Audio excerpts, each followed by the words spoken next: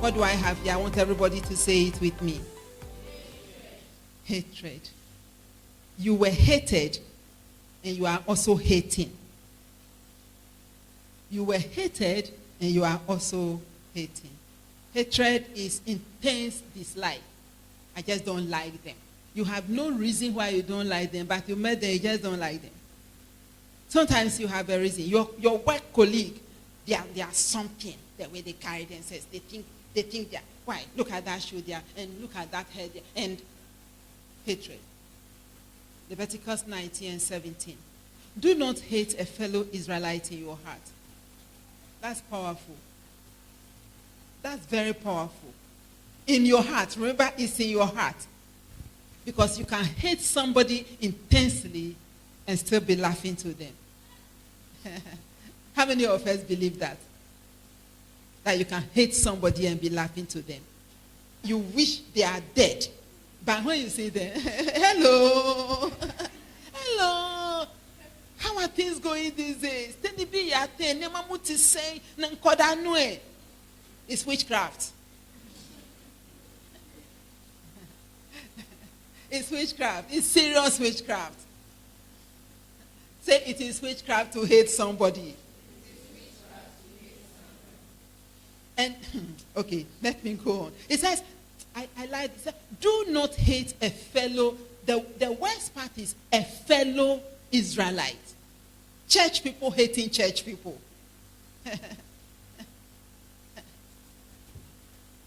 Even the unbelievers, the Karteys, they come together to kill. Told you a story before of a story I heard.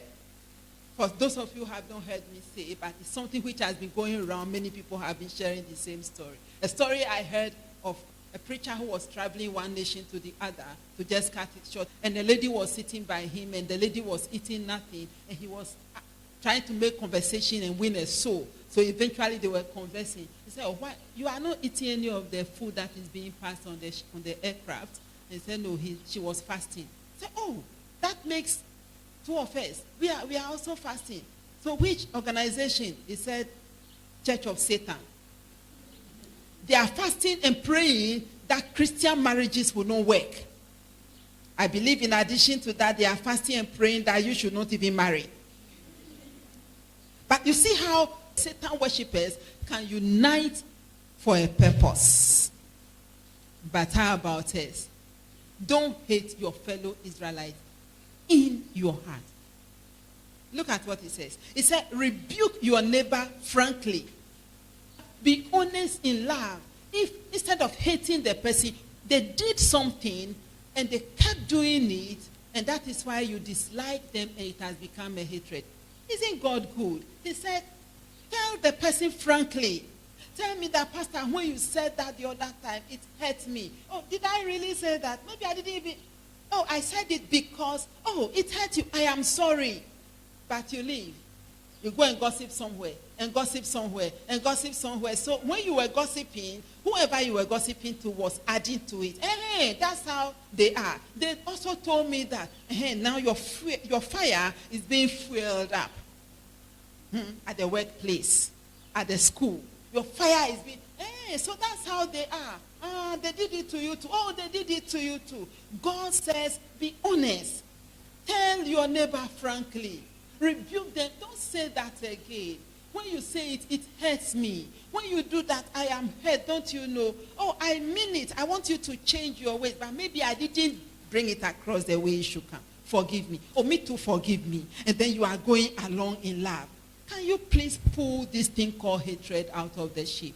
Because we can just stay here. Each of the things, I can stay here and we can have many, many girls' time out conferences on each topic. Hatred is more poisonous. Hatred permits storms to thrive. The more you hate people, the more boisterous the storm will be. When you hate somebody and you keep hating them, your storm will just be boiling. Boiling more than the fire Nebuchadnezzar said to put the people in it. It will continue boiling. Look at what Bible says. Proverbs 10 verse 12. It said, hatred stirs up conflict. Hatred. Hatred. See in Leviticus, it said, rebuke your neighbor. Rebuke your neighbor, frankly. And Proverbs says, love covers all wrongs. Instead of you hating the person, the storm is swallowing you. The storm is swallowing everybody around you. Let them go. Let them go. Let them go. Hallelujah. The conflict I'm talking about is more the conflict within yourself. The storm raging within yourself. And let me say this on hatred. Hatred is equal to murder. Hatred is equal to murder. When you are hating somebody, you are killing them. You are killing them. Write down 1 John chapter 3, verse 15, please. Anyone who hates a brother is a murderer. I'll leave it at that. Hatred. When you hate somebody, God says, you are a murderer. You go to bed, you are killing the person. Because you hate them, the words you will speak behind their back is more than an arrow. It pierces through them. Don't hate somebody. Forgive them. Don't hate them. Look at what Bible says concerning Joseph. Genesis chapter 37 verse 4. When his brothers saw you see, sometimes we hate people just because they are doing well in life, not because they troubled us. We hate people just because they are liked. It says, because their father loved Joseph, the brothers hated him. They hated him. Look at what the Bible says. They could not speak kind words to Joseph. Remember, you are the sheep. Look at hatred in your heart. When you are hating people, you are siding with the devil. You are just on the devil's lane, walking with the devil. So pull out hatred. Oh, you are looking beautiful. You say, Pastor, I don't hate. Yes, your face says you are not a hater. Everybody's face here is beautiful. So you are not a hater. You are a lover. No, you know your heart. You know your own heart. You know. Pull it out. You see, this ship must sail. This ship must arrive, fulfill your assignment in your generation. It must arrive.